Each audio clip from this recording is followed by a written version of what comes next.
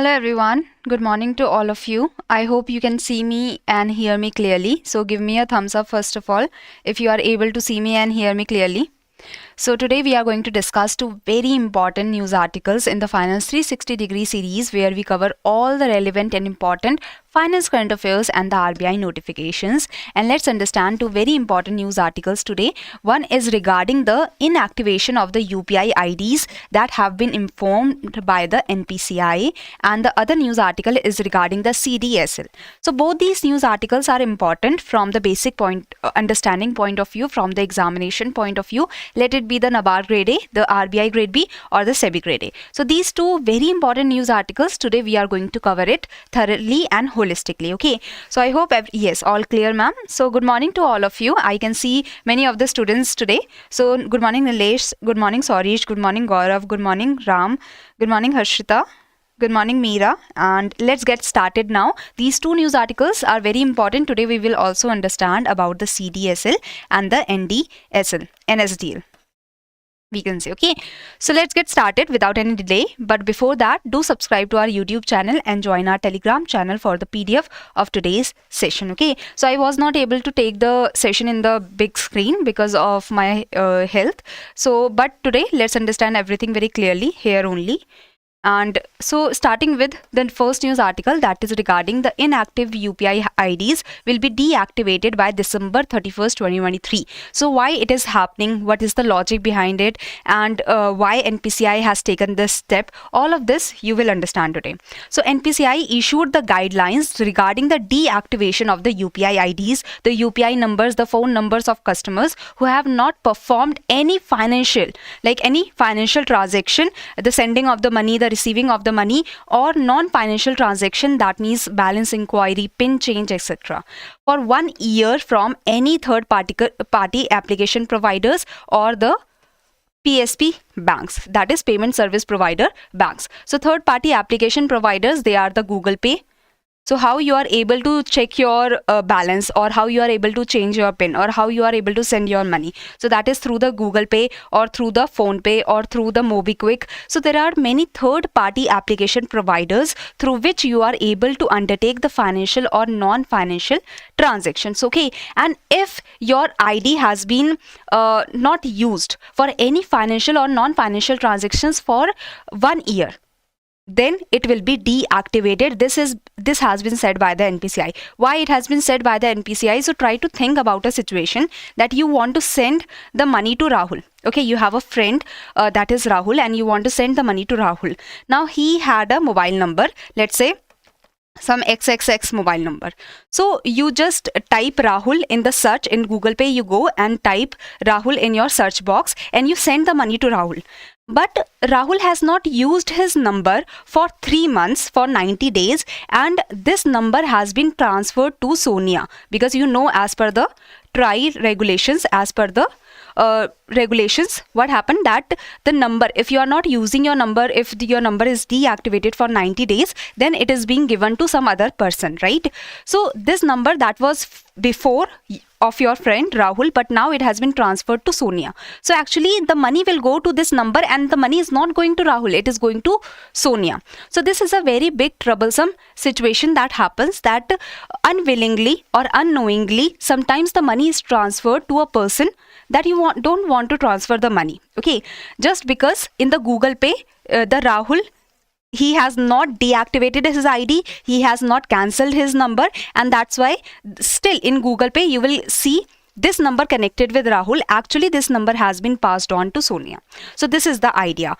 So now the NPCI is saying that if the financial or non-financial transactions are not happening for 1 year, then this will be deactivated from the UPI mapper. It will not be shown in the UPI mapper. So I hope this is a little clear to you. If there is any query, try to tell. Any query here? So you want to send the money to Rahul, that has this number, but this number has been transferred to Sonia. But in Google Pay, because Rahul has not deactivated his ID, in Google Pay, this number is still shown with the name of Rahul. Okay, so that is wrong. So inactive UPI IDs, NPCI has instructed payment apps and banks to deactivate the inactive UPI IDs by December 31st, 2023, as per the latest guidelines. This has been said. So here you can see the third-party application providers Amazon Pay, Google Pay, Phone Pay, WhatsApp has also started the payment facility. The payment service provider banks. So payment service provider banks are the banks that are associated with any particular third-party application, like they are the payment service provider banks. So Axis Bank, Yes Bank, RBL Bank are connected with Amazon Pay, and such payment service provider banks are available. They also have the details of the UPI ID, and they also have the details of the bank account that is associated with a particular person. Okay.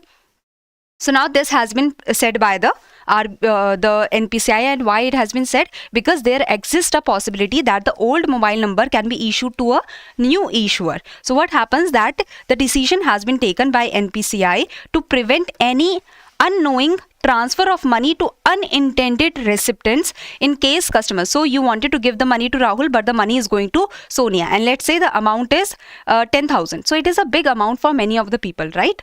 So sometimes this happens that the money is being transferred to some unintended recipient in case customers change their mobile number without associating their old number from the banking system.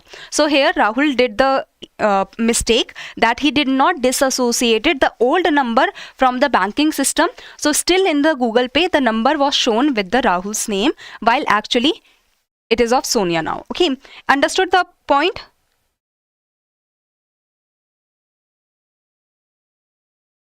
No, here what happened that the mobile number is transferred with Sonia, and the Sonia has connected the mobile number with her account. So in the Google Pay, because you have the saved number, that's why it is showing Rahul, because you have saved the number with the Rahul's name, while the mobile number is with Sonia now, who has used the mobile number with her own bank account. So this problem comes. No problem now? Okay. So new guidelines. So as per the new guidelines, the following must be done by the third-party application provider and the payment service provider banks, and implement the same by December 31st, 2023. So what has to be done? First of all, identify the UPI IDs that are not being utilized, and with the UPI IDs, identify the associated UPI numbers and the phone numbers of the customers who have not performed any financial, debit or credit, or any non-financial transactions for 1 year from the UPI apps. UPI IDs and the UPI numbers of such customers shall be disabled for inward credit transaction, that in these numbers, in these UPI IDs, the money cannot come.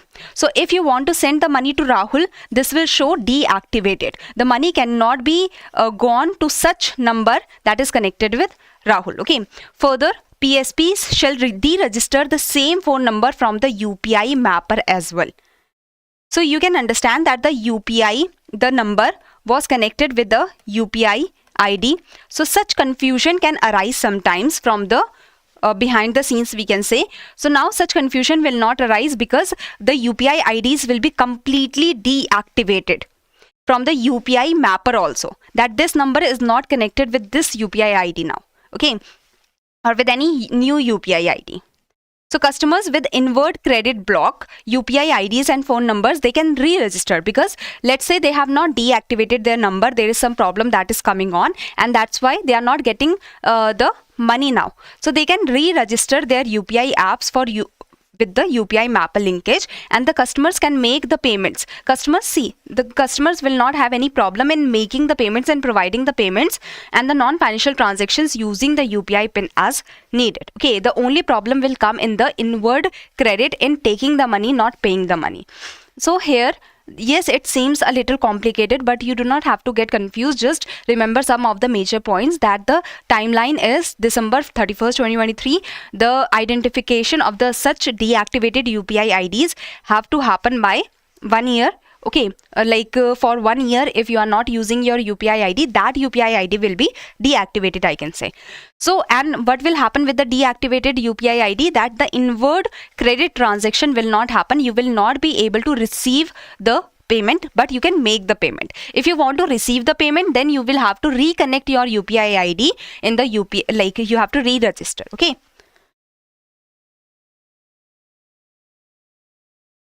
Ronak, what happened? That one UPI ID is not holding two accounts.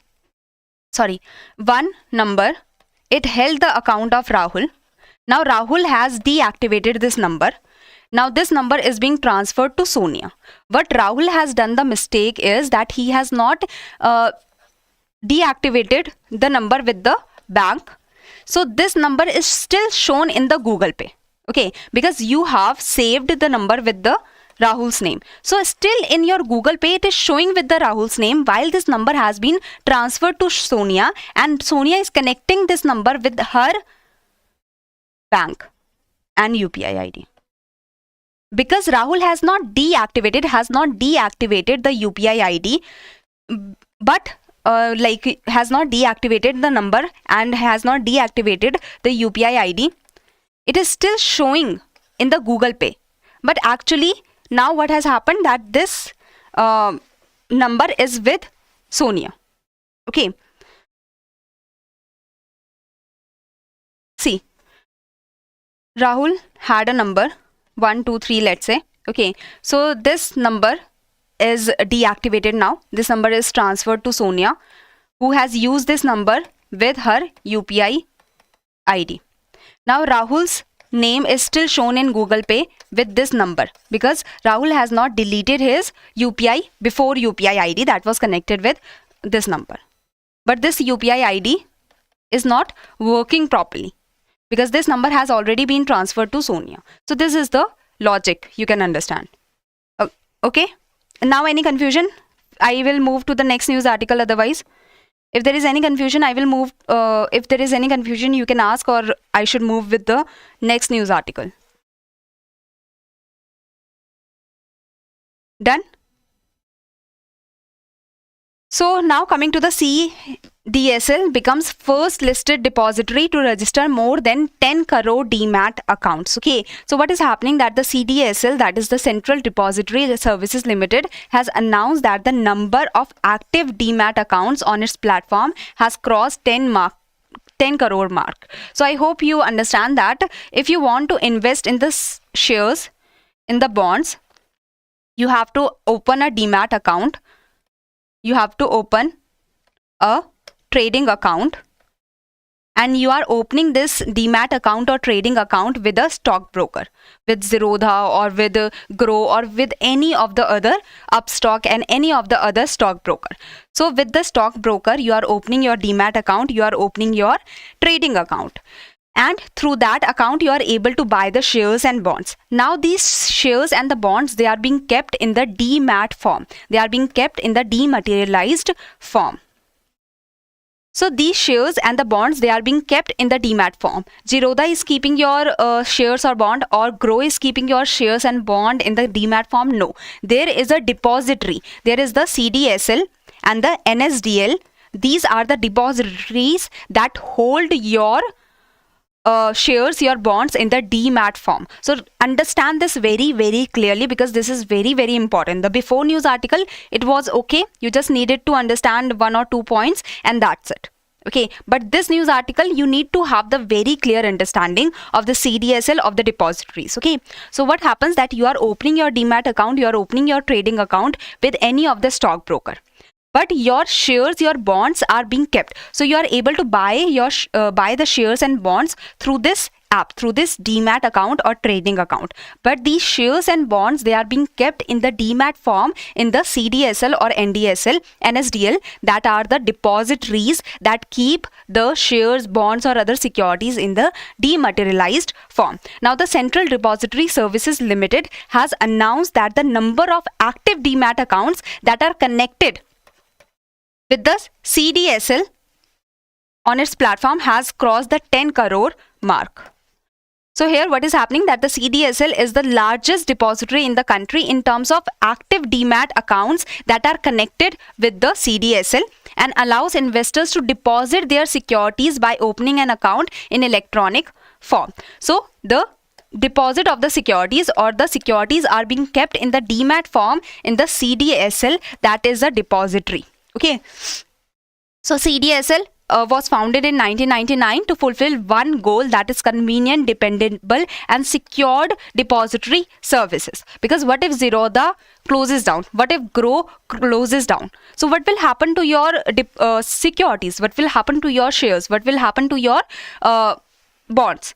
So that's why the Zerodha or Grow, they cannot store your securities. It is the CDSL or the NSDL that stores your securities, that are very safe. They are under the government, they are under the regulation of SEBI, and they are very, very secure. Okay, so they are the ones that are holding your securities in the demat form. So a crucial part of the capital market structure under the SEBI is providing services to all. So the CDSL is a very crucial part of the capital market structure. They are providing the services to all the market participants, exchanges, the clearing corporations, the depository participants, that are the stockbrokers, the issuers and investors. So they all are taking the services of the CDSL and the NSDL. The depository, that is there are only two depositories in our country, the CDSL and NSDL. They both are the facilitator for holding the securities in the dematerialized form and enabler for securities transactions. So you have to remember this very clearly, that the stockbrokers are providing you a platform to trade. They are providing you the trading account or the demat account through which you are able to trade, through which you are able to purchase the securities, the bonds, the shares and such. But this is being stored. So you are able to buy all of these, and this is being stored in the CDSL or NSDL. These are the depositories that store the demat, that are going to store the securities in the dematerialized form. So in between the investors and in between the CDSL and NSDL, there is the stockbrokers that are present. These are also known as the depository participants. Okay, these are also known as the depository participants. So to make use of the depositories, to make use of the CDSL and NSDL and start your investing journey, first you must open the trading account or demat account. Once you start trading through the stockbrokers, the securities that you buy or sell are debited or credited from the depository and reflected in your demat account. So I hope this is very much clear, that you are not directly connected to the depositories. You are directly connected with the stockbrokers, and through the stockbrokers, through the depository participants, you are connected with any particular depository. So in India, there are only two depositories, the NSDL and the CDSL. NSDL is the National Securities Depositories Limited, and the CDSL is the Central Depository Services Limited. The NSDL is the oldest one. It was formed in 1996. The CDSL was formed in 1999. But you have seen that it has become the largest in terms of active demat accounts that are connected with the CDSL through any of the stockbrokers or the depository participants. Okay. NSDL competes with CDSL. Both are the depositories, so they both compete with each other. So Airtel is also providing you the mobile phone services, and the Reliance is also providing you the SIM services. Okay, mobile phone services we can say. So they both are the competitors. Similarly, NSDL is also providing the depository services, and the CDSL is also providing the depository services. So they are the competitors of each other, we can say. So NSDL competes with CDSL on parameters such as the number of depository participants or the stockbrokers that are registered with any particular depository, the number of instruments processed, the number of securities that are being processed by each one of them, and the suite of innovative products introduced in the market by each one of them. Both the NSDL and CDSL are depositories that maintain the ownership records of financial securities, that keeps with themselves the dematerialized form of the securities of the investors. They are linked with investors through the depository participants, through the stockbrokers. So you are connecting with any particular stockbrokers, Zerodha, Grow. You are opening a trading account, demat account, through which you are able to buy the securities, and then these securities through the stockbroker, they are being transferred to the CDSL or NSDL in the demat form. So you are linked with the CDSL or NDSL through a depository participant. Remember this very clearly. So the only difference between the CDSL and the NSDL is that their primary operating market is different. NSDL is primarily present in the National Stock Exchange, and the CDSL is primarily located or it is working primarily in the Bombay Stock Exchange. Registrations of DPs with NSDL and CDSL. So the depository participants can get registered in the NSDL or they can get registered in the CDSL. So why they will register with a particular entity?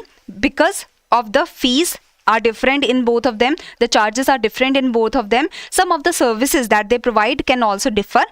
But if a depository participant or stockbroker wants, the stockbroker can also get connected with both of them. But the charges will have to be given to both of them. Okay, so the stockbroker can choose any one of them, or the stockbroker can also get registered with both of them, both of the depositories. Any confusion here? Any confusion till now?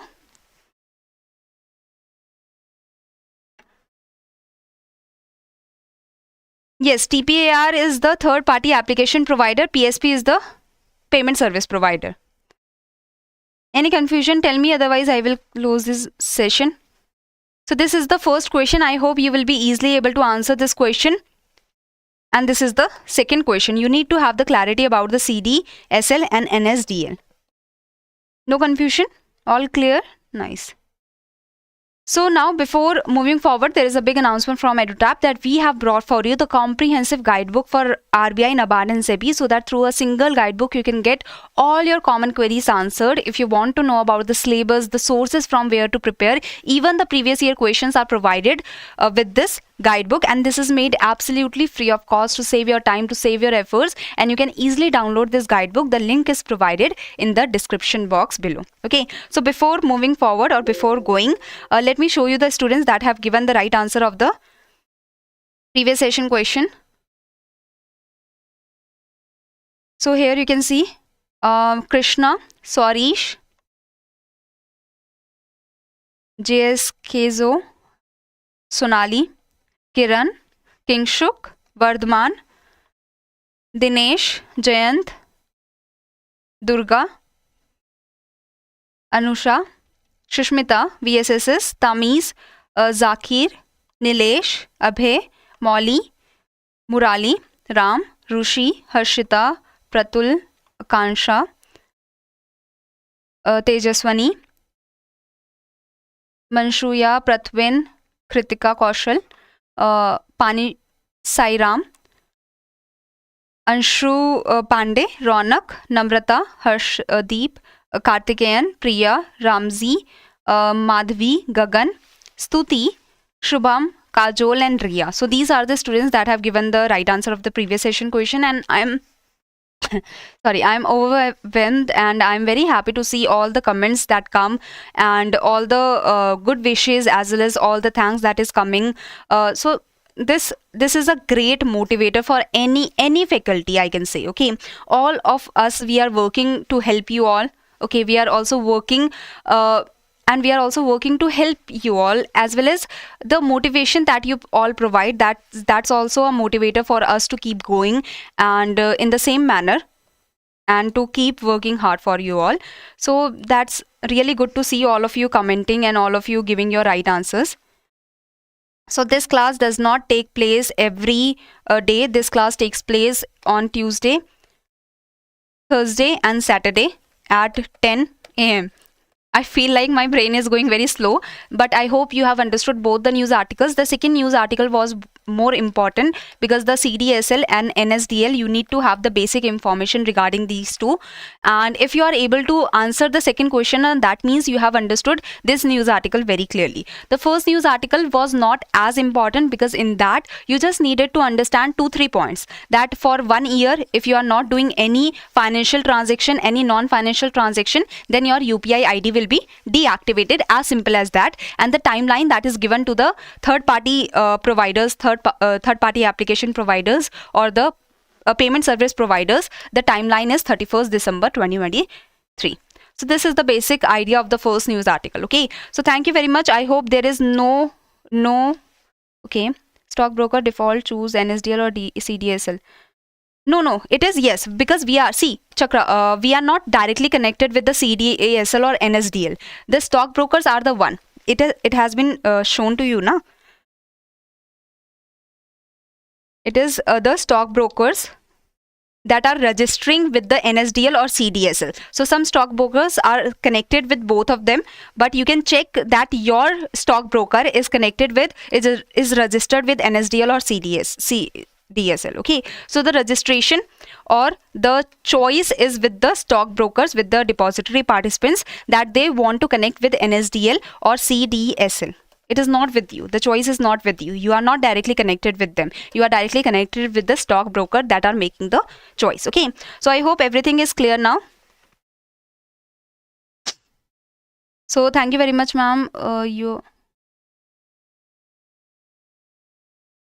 So I hope now it is clear, Chakra. Stockbroker, yes, it is the stockbrokers that choose, na? We don't make the choice. Clear now?